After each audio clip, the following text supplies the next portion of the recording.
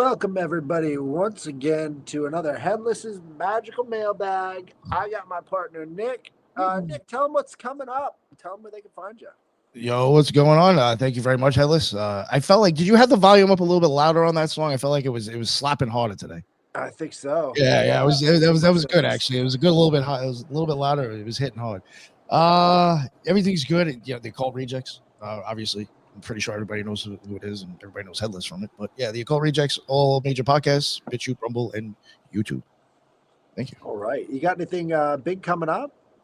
Uh, no.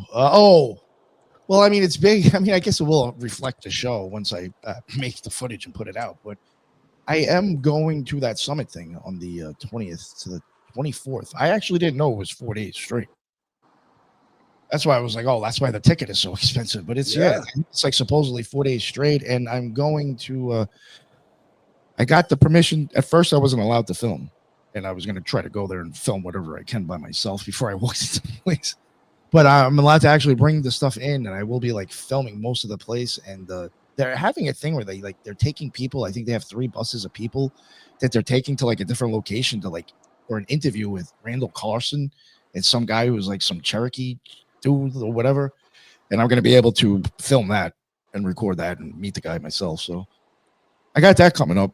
And again, like I'll try to put out whatever I can as fast as I can for the show. But yeah, definitely got that coming. So that's exciting. I should that looks hopefully meet some people. yeah. So you're talking about the conference at Pilot Mountain, right? Yes. Sorry, the one at Mount Pilot in North Carolina. So if anybody's going, I'll be there. I'll have my little press pass on. I'll be standing behind the camera. Awesome. Yeah, because I mentioned Pilot Mountain to my dad, and he's like, "Yeah, I know that place." It's like I had no idea it was so popular, but I guess it's this is kind of a big deal. This place and what Randall Carlson is doing, things are starting to shift in that direction. I think that's pretty interesting. Yeah, they think it's I think kind of going by like what Ricardo was telling me. Do you ever see Close Encounters of the Third Kind where they were like thinking this was showing up at this specific spot? I think that's kind of like they think something's coming there. So I'm hoping maybe I'll catch some little green men coming out of the mountain or something. Keep an eye out. Here's what you got to do. You got to get a mirror, right? And then have that hooked up to your GoPro. And as you're climbing the mountain, you're going to see all the things behind you. Yeah. That's one of the tricks.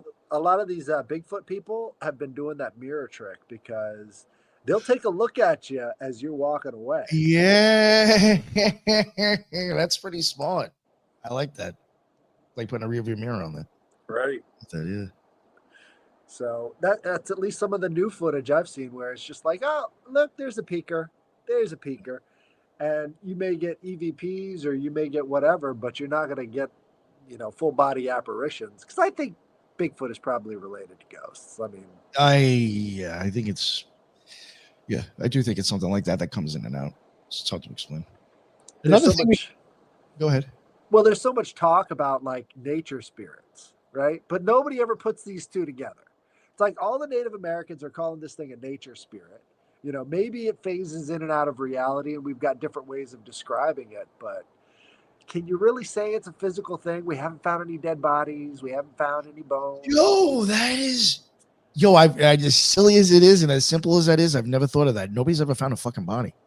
I mean, what is there, some cave they all crawl to and die and they know when they're dying? None of them's ever just dropped dead from a heart attack in the forest. They say that there's this group of like men in black. They go around and get the bodies. We'll go out there and catch these bodies and like pick them up and use the government. But it's like, what if they're actually related to the Fae as well? Because they don't really seem all that physical either. I was going to say, like, what's the difference of it being like a Fae? Right. Like if it comes in and out, like I could see it being something like that. Again, it's even associated with the woods, like all those other things are kind of in a sense. And a lot of these men in black spottings, these sightings that they have, they seem like they're animated corpses. I mean, what's that about? You've got animated corpses going around telling you to stop talking about aliens. That's pretty weird. I don't know if these Bigfoot MIBs are any different, but from what I've heard, they've got a bunch of pickup trucks. And these Bigfoot MIBs do follow people around in pickup trucks. So why would they do that if they were related to these government agencies? They're just unmarked pickup trucks. To Yeah. me, it sounds like, well, hey, this phenomena that keeps adapting to what we see it as probably have something to do with the spirits or whatever in the region, because that's why they have to keep changing. You know, they wouldn't change if they were physical things, but they change because that's what they're doing. But You know, a lot of stuff that has made me start to wonder is like even the stuff that Ricardo's talked about. It's really actually made me wonder: is it like some frequency change that makes you? It either makes it appear or makes you think you're seeing it.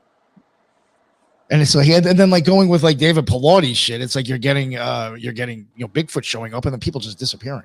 So right, I do just wonder about like portals and frequencies and all sorts of weird shit, or you're getting close to something and you're hallucinating or seeing a Fae now because of the situation you're in.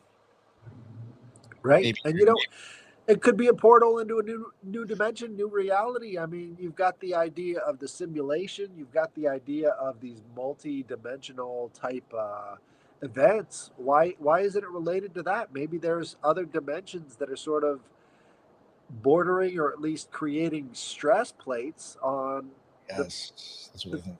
physical reality we're on. It's Like, almost bleeds through. right, yeah, people talk about the thinning of the veil. What if those are Yes. associated with physical locations? Yo, if you were to go fucking Wikipedia Prague right now, it'll even say that it's known as like one of the thinnest veil in the world. Like Wikipedia even like acknowledges like the veil. Right. And if you really think about it, the veil is so closely associated with simulation theory. Yes. I mean, that's kind of what it is. It's just, what are we and where do we come from? That's always been the question. And I think having a greater understanding of what lies closest to our reality is probably the only way you're going to get any answers for it. You can't really depend on anybody else for that. But luckily, that's something that can be accessed from the mind, because let's face it, we're evolving, and so is our tech. Hmm. So you want to go into symbols? Yeah, yeah. You want to do yours first or mine first? Sure, we can do mine first. Right. So I thought I would It's do fucking amazing. I was like, yo, the this is great. Orin. So this Orin symbol is obviously closely associated with the never-ending story. It was invented by the author of it, supposedly, and it's representational of kind of a different take on the Aura Ubis, or the, how do you pronounce that? Ouroboros? Ouroboros. I always Yes. call it Aura Ubis, but I know Oh, it's it took me forever to figure. I had to hear somebody else say it to know how to say it correct. But the idea of the Ouroboros is that it's the unification of above and below. And in this book, the princess is very closely associated with this symbol. And naming the princess is how you reinvigorate the never ending story, which is like the world of imagination. And so the interplay between the dark snake and the light snake sort of represents, again, similar to the Valknut, kind of like this knot in reality. And so, from the triple triangles to these two interlaced snakes, you kind of get the idea that this is sort of the vibration state that sort of locks one form of reality in and keeps the other form of reality out. So, with both Valknut and the Orin, you kind of have this dichotomy of these different knot works. And I think knot work is very important in magic, but gets very little attention anymore. It used to be, as you were doing spell work, you'd be making knots and you'd be weaving and you'd be creating a tapestry or some form of topology that would encompass your will into the craft that you're making.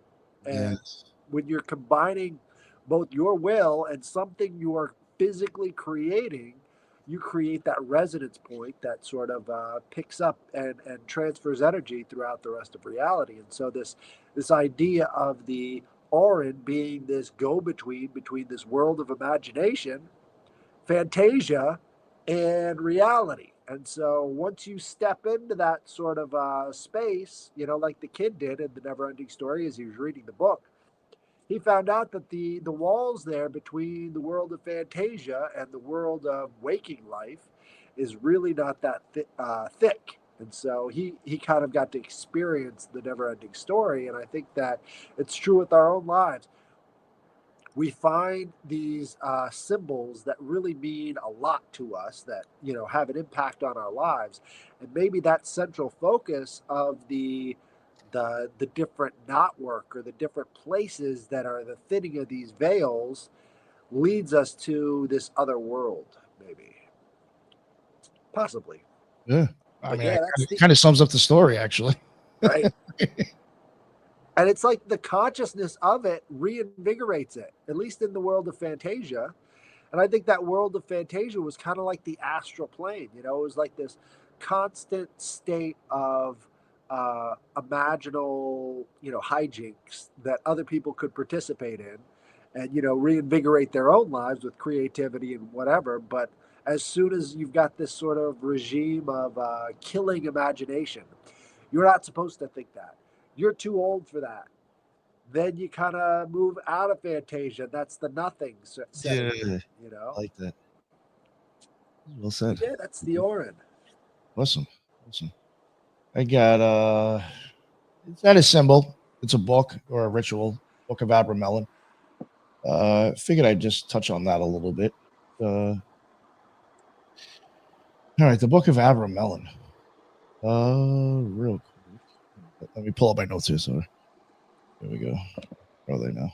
All right, yes, the Book of Abramelin. All right, the Book of Abramelin. If people haven't heard of it, it's basically it's one of a more influential grimoire that is it's known primarily for its ritual or invoking one's holy guardian angel. Sometimes you'll hear people say HGA, or you'll see HGA written.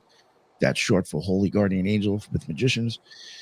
And it combines like a lot of devotional stuff and, complex kind of like ceremonial magic practices. The historical context and stuff about the book, the author and the background.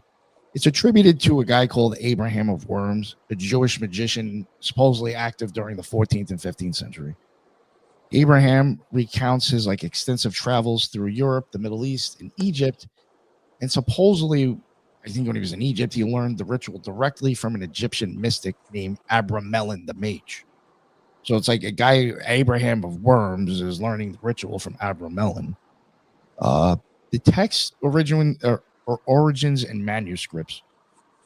And this is the thing why I wanted to cover it because, well, like even on the book, I'll just say a sure sign to know. Headless, if you can, maybe just like pull up the book too. Right there, like on the thing, like it says translated by S.L. McGregor Mathers. So right there, just for me, that tells me that that is not original and that it came from something older and it was translated. It comes from the oldest known manuscripts, date back to 1608 and 1725, and they were in German. Samuel Liddell McGregor Mathers popularized the text in 1897 when he did the English translation, though it's considered to contain inaccuracies. Some guy, George Den, provided more accurate translations. I'm going to be totally honest with you. I've never heard of this guy until I started looking into more of the book. And that came out between like 2001 and 2006. He like added stuff or whatever. But to get into it real quick, just the dates again that I just mentioned, the 14th and 15th century, supposedly Abraham of Worms claims the original instructions from Abramelin. 1608 and 1725, there's manuscripts popping up in German. 1897, the English translation is done. Influences from older grimoires, that is like something that I think is interesting, is that this book does pull from other stuff that's a little bit older. It pulls from the Key of Solomon. Now that goes back to the 14th and 15th century. They both of them have like kind of some of the involves rituals and the symbolism. Some of them it has like the same sigils and glyphs that you would use. You will find some of them in the Key of Solomon. The Ars Notoria that I covered and I had somebody on the show for, and I even have it on the website. I went and like looked at it myself and took pictures and stuff. That is actually a part of the Lesser Key of Solomon, and there is stuff in that does pop up in the Abramelin, and this one in this book, it is a 9-month program with daily Latin prayers, perfumed stuff, incense, gazing on intricate ink diagrams, that are timed to planetary hours too. So, it's very much kind of like the Abramelin. The Sefer Ratziel, I don't know how to say Hamalaka or whatever, the Book of Ratziel, the angel. 13th century, supposedly that had an influence. The Picatrix, which came out to be, believed to be in the 11th century, was supposedly an influence as well. Liber Ioratus Honorii, which is another 13th century grimoire, the sworn book of Honorius. Chapters 1 through 13 lay out a months-long sequence of fasting, confessions, psalm chanting, and like fumigations, which if somebody doesn't know what that is, it's like intense, like fucking incense, like you smoke the fucking room out. And the whole thing about that is that you're supposed to come into contact with your holy guardian angel. And then another one, the Stele of Jew, or whatever, the Bornless Ritual. Headless knows about that. The Greek magical papyri. We were talking about that last night. That invokes the Bornless one or the Headless one, and that's to unite the god and the practitioner.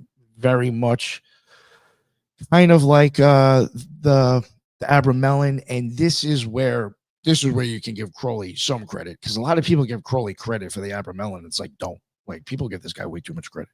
He did come out with Liber Samic, or Liber 8, which is kind of his version of this ritual to get in contact with your holy guardian angel.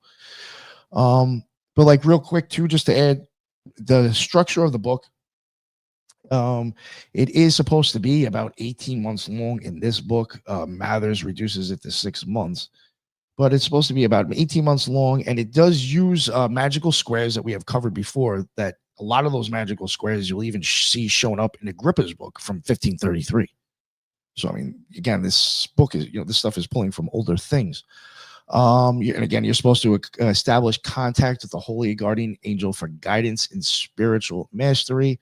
The ritual phases, again, there's isolation, meditation, daily prayer, strict purity. There's angel invocation, your culminating ceremonies to experience direct communion with the HGA. And again, you use a lot of magical squares and the lesser spirits. And at some point, you are supposed to like bind demons. And it's supposed to like control them so your holy guardian angel can show up. And then real quick to finish it off, just some people that are known for using it: Samuel Liddell McGregor Mathers, obviously, Dion Fortune, W.B. Yeats, and of course, Aleister Crowley. We all know didn't finish it. But yeah, that is the Abramelin as fast as I could and as much sense as I could.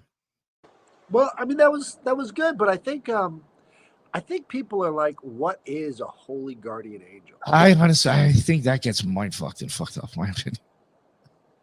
Well, I don't think like in the movie, there is a movie. Fuck, I can't remember the name of it now. Fuck, there was a movie. It's a really good movie about it. I'll have to, if I can remember it, I'll say it on the show before we end it. On Netflix, that it even shows you at one point. There's like a part where there's like a sexual thing, and you find out that the guy scammed the girl, and it's not actually in the ritual. So like, there's no sex, and like the way it depicts the angel at the end, I'm like, sorry, I don't think that's what really happens.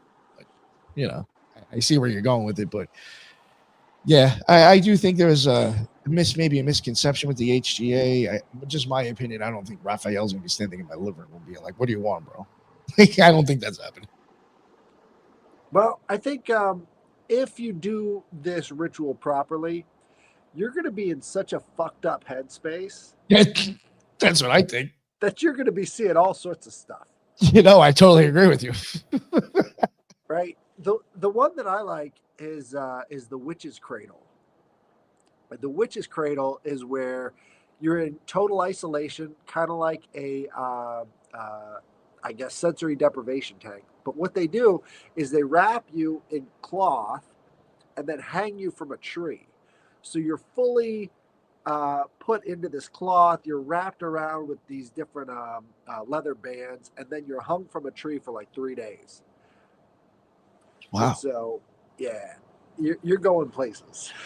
It's supposed to simulate kind of the like a shaman thing, right? So it has a lot of different, but that's one of the things that was talked about in Uncle Bucky's Big Blue Book, Buckland's Wicca. Oh God! Holy shit! I haven't heard Uncle Bucky in a minute. Oh wow! Yeah, I had that book, dude. That big blue book. Yeah, Someone gave it to me. I didn't buy it, but I had that motherfucker. That shit was thick. There's a lot in there. yeah, and it's funny because a lot of the stuff was formulated from the OTO, and then Gardner started using it. Yeah. But there's a different feel to, I guess, the Wicca than there is with OTO type rituals. We were kind of talking about it before. I think ritual in Wicca is more of a religious ritual, whereas in the OTO and like all these other ones, they're more like colleges. Actually, that's a really good way to put it. Yeah, it's. I would say Wicca ones are actually much more kind of specified or bent on specific like gods or beliefs. With the other rituals, you can actually just choose whoever you want to work it with. Right. In a sense, I know it. Yeah, yeah, it's a very interesting way to put it.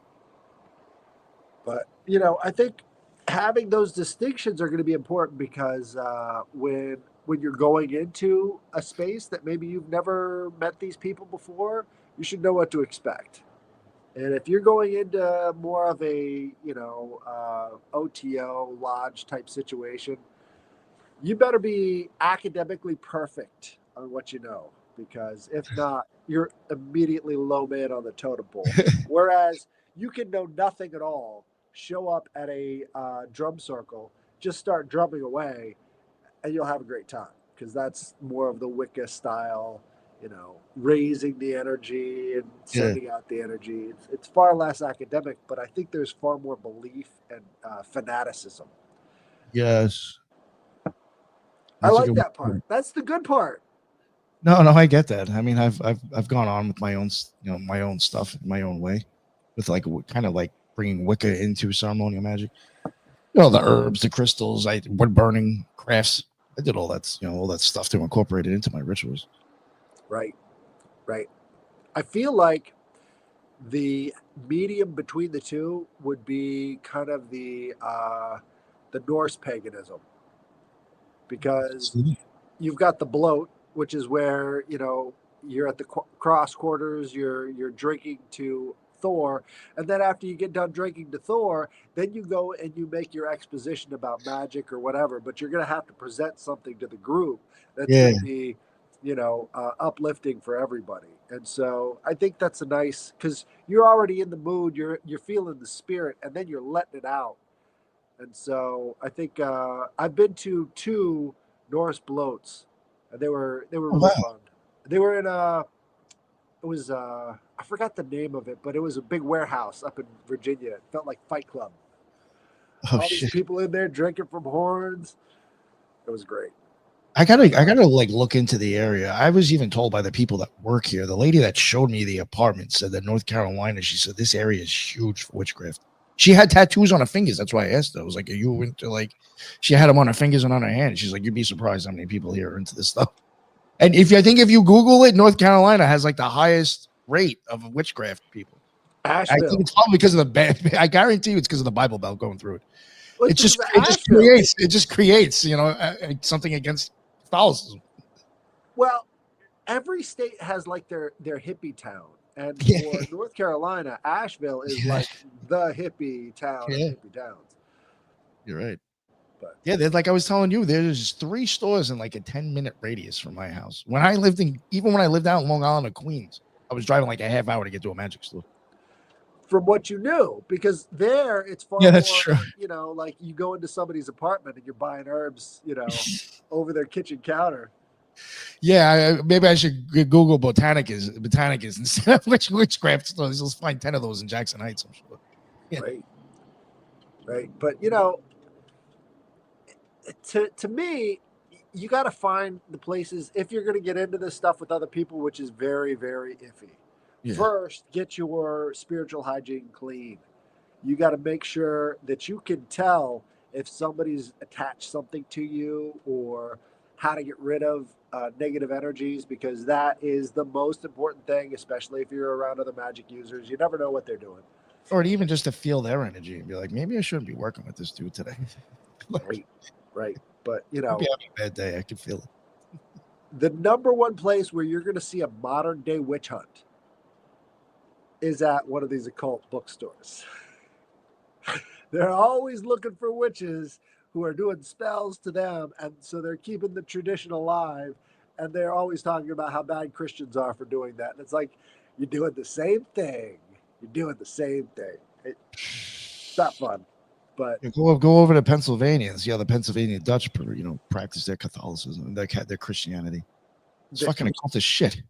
I think I found something. I was watching one of the videos from Museum of Tarot, and he was talking about the flower of life. And he said that the flower of life is a scam. It's not what you think it is. And his evidence was the first guy to bring it back from Egypt was this hippie guy who believed that what he was seeing inside of this old broken down Egyptian temple was this perfect geometric figure. But other anthropologists have gone back to that same spot where he saw this figure etched onto this wall and, examined some of the surrounding writing and stuff. It turned out there was Greek writing around it. And it was talking about, thus always to the gods of the pagans, right? So what the Christian had done is he was marking out pagan Egyptian gods with his hex sign. And so the flower of life was a hex sign, which is what the Pennsylvania Dutch use today in their magic. So I think on some level, the hex sign has always been sort of native to Christian magic. And we just didn't know about it. That is interesting. Like if people live around in that area or if they're in like Pennsylvania and like you see those houses that have those like circular mandalas up at the top of them. That's a hex. I mean, odds are they're not using it the way it was used. But back in the day, that was like stating, I'm into this shit. And that's what this house is about. And this is our fucking, basically our shield or our sigil. And it's become fucking art that people just blindly throw on their houses now. Right. Well, they called them the hex sign because they always had 6 angles used in it. And so that hex sign was used in quilting. It was used in all sorts of stuff. They put that shit all over everything. Right. It has its roots in magic. And again, it goes back to the idea that you have to be creating as well as putting your intention in so that it can have physical manifestation. And so the Pennsylvania Dutch and the Amish would do these hex signs. And again, I think that goes back to some of the first Christians were doing their magic sigils with the hex sign. Yes. So I agree. I mean, don't get the wrong idea. Anything you know about first century, second century Christianity is way different from the reality of the situation. The way Christianity is practiced today is nothing like what they did back then. And you can read that in the book of Paul, where he's trying to say what they're doing without trying to advocate it for everybody else. Because there's some weird stuff going on in the name of Jesus Christ. Let me tell you. I remember the first time I ever heard about this stuff. I didn't know. I was at the OTO and they did a class on the Pennsylvania Dutch magic or something like that. And this chick, Kitty did it. And I was just like, holy shit. And then I had asked her afterwards. I was like, yo, is there like any more or anywhere you can send me to do this stuff? And she like gave me a couple places. And she had even said herself, she's like, I'm not so much into Christian stuff. She said, but I thought this was an interesting topic for people to learn about. But like she's even saying herself, this is Christian magic. Right. Right. And, what they have out here, they call it the powwow. And they take that directly from the Native Americans out here. And so they have powwow men, and these are, these shamanic healer types that will go from community to community, practicing medicine and magic on the different Amish communities. Guys, I'm really sorry about my nose. The trees are having sex outside. My body hates it. They're having an orgy out there. Yeah. So let me see here. We've got our first email from JA. All right, I have to do it, and I'll try and keep it short. A few years ago, I was running the restaurant at a 24-hour truck stop in rural Manitoba.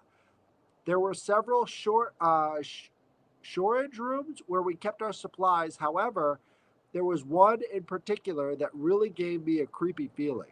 Literally uneasy every time I went in there, and the proverbial feeling of being watched. As time went on, I became convinced that there was something there, and it would scare the waitress late at night by telling them that there was a demon in the back room which would usually cause them to run off screaming.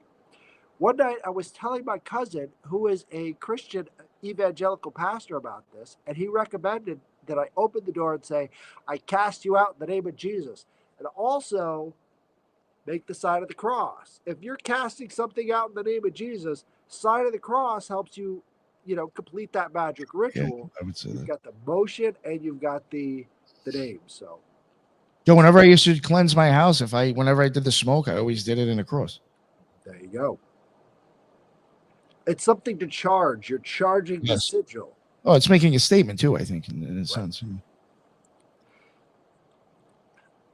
And now I'm not a Christian. However, one particular night at about 3 in the morning, I was alone in the restaurant, no customers, no employees, and I decided that I was going to give this a try.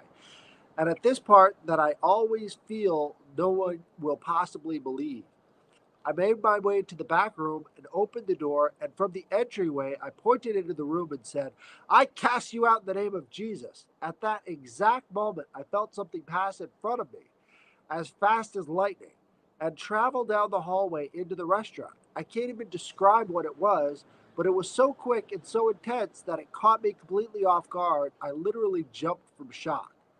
At that exact moment, when it passed in front of the radio turned itself on, a very loud volume, and the song that was playing said, the Bible says it's an eye for an eye. That's how you're going to live. That's how you're going to die.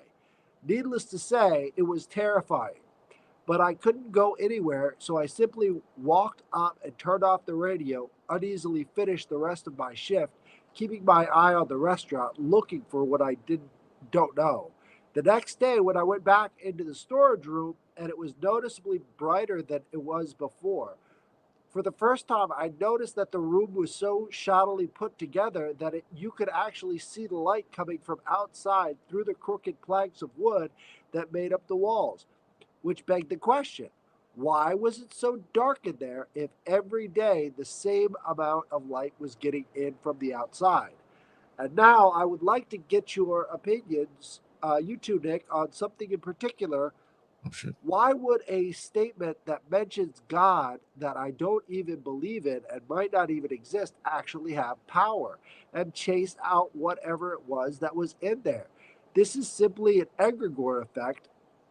Have we collectively,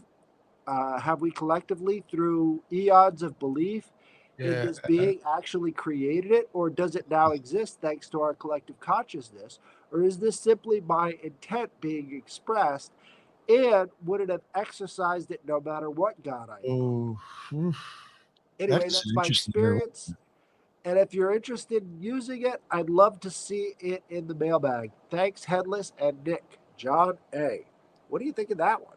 That's a fucking wild story. The things he was saying at the end, I mean, I hate to say it, I would think a lot of his intention, I think, could do it. But I would even go back to like what he was saying and like things becoming an egregore. I would even say just maybe the value behind the word being expressed can literally be enough. These words are formulas. That's That's how yeah, they got them, exactly. Yeah, that's the best way to put it. The words are formulas. You right? could be And using it to be a magical formula and you don't even know it. right. What does it say in the Bible? Again, if you take the Bible as a magical textbook, what was Adam's power in the Garden of Eden? What was he doing? He was naming all of the animals, because when you have their secret name, you have power over them. That's why it's like anybody who reads it today is thinking, what difference does it make if you call the animal Steve or John? Why are you naming all these things? What difference does that make? It's not for you to understand. You're in a different culture. He was naming them and having control over them. That's the idea. I've often thought about that before. It's like when you take a name, I don't know, that's like giving people a way to get your attention to make you do things now. Like it is almost like self-programming you, I think, is like this gets my attention. It's weird. I see what you're saying with that. I've thought about this before too much. Bingo. Yeah, when we had Toby on, he was talking about semiotics. And that's the idea, is that this meaning is a precursor to the words you're using. And so it's tapping into something much deeper, and your ability to speak it, your ability to draw it, all these other methods is not a guarantee that it will be felt and understood. But when there is that preconceived notion beforehand that you share this lexicon of understanding with everybody else, you're inside their heads in the words that you're using right now. You know, I thought it was interesting when he had said something about like, oh, you know, I wouldn't waste Magic's time with trying to turn the light on. And I'm like thinking in my head, I'm like, you could be like, all right, hey, Headless, can you turn the light on for me? If you get up and turn the light on for me, that was an act of magic. I got you. You put the light on for me. I didn't have to get up. And I use semiotics for it.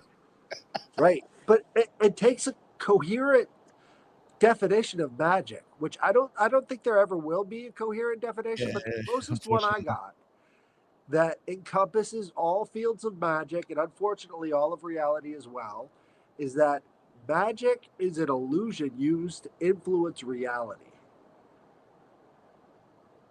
The like words you use, they're an illusion. They're not, the words aren't necessarily the thing that you're referencing. You know, the medium is different from what you're talking about. that was even another thing I wanted to even get into too, but I don't want to, take it too far. It's like that also, like the reason this shit works is because the other person even understands what you're saying. If I said that to somebody who didn't speak English, I just keep walking. Okay, have a good day. If I say it to somebody who understands English, they'll turn on the light for me. Now think about this. What about affect, vibe? You walk into a room, you already feel that the vibe is off. Joe, right? This And I'm typical sure level of people know communication. everybody's experienced that shit. Don't tell me you haven't. Right. People listen have experienced that. People have experienced someone staring at me. Bingo. Changes the vibe. Yeah. So what's happening there is maybe you're tapping into these predecessors of the communication that we're using now. If you think about a pre-verbal communication in society, watch the birds, right? Do the birds speak uh, uh, squirrel?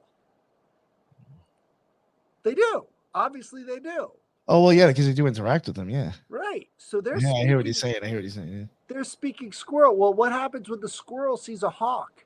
He starts barking immediately, and those birds start listening to those barks, and they get out of the way of the hawk. You know, they're pulled out into the branches, get away from the threat. Well, these squirrels have understood that when they start barking, the birds bugger off because they think that there's a hawk. So if they see the birds eating seeds, they'll start barking to get those seeds. That's fucking awesome. So they even know how to manipulate. Exactly. Everything's manipulating everything else in nature. It's a Oh, reality. you just said your cat. This is one of the biggest manipulators out there is a fucking cat. Absolutely. Absolutely. They speak the language. Yo, do you know that when cats take shits, I swear to God, this is how evil fucking cats are. They release pheromones that actually make you love them as you're cleaning up their shit. They're fucking they're maguses, man. These fucking cats. Well, they got parasites, like the parasites on them, cause you to lose your inhibition and make you more attractive to women. It's weird. Yeah, that's wrong. Right. Ladies, by the way, I got a cat. Every time I clean its shit up, it makes me love it more. Oh, man. Crazy. No, that was fun. Well, that was a great mailbag. Thank you for joining us.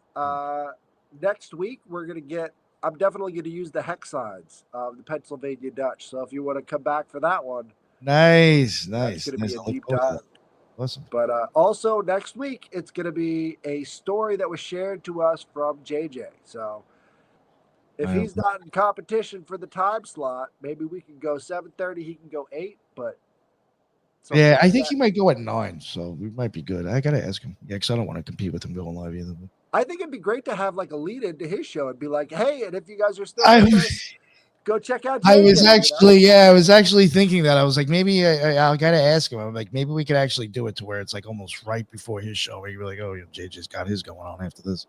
I was thinking of that. Yeah, that might work out. I got to talk to him. Yeah, that'll be good. But thank you for joining us. And thank you, man. I had a great time. Absolutely.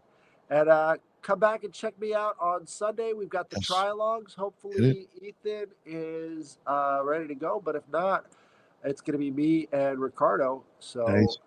Make it happen, man. yeah, keep Ethan in your thoughts. He's going through a really rough time right now. So just maybe say a prayer for him. Say a spell, expel a demon for him. I think he Yeah, would there really you go. appreciate that. You There you know, go. I like that. if you get out there and expel one demon for him, I'm sure that'll cheer him up. But Yeah. thank you guys for coming, and we'll see you again next time. Later.